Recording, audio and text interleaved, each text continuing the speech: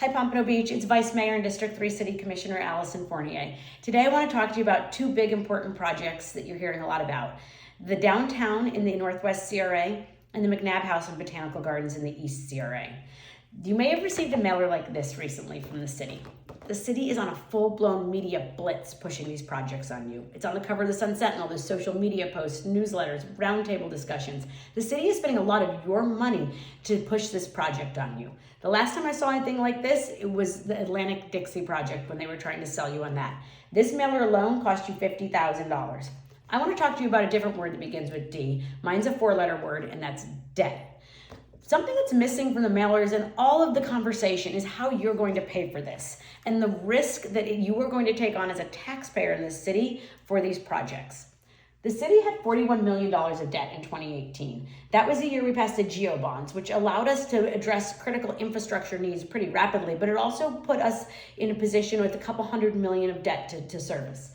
And most recently, we had over $300 million of debt, but we've been paying that down.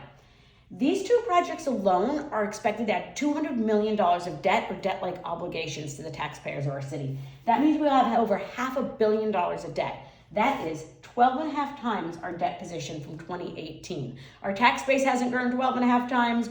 Taxes haven't grown 12 and a half times. Nothing has grown 12 and a half times since 2018.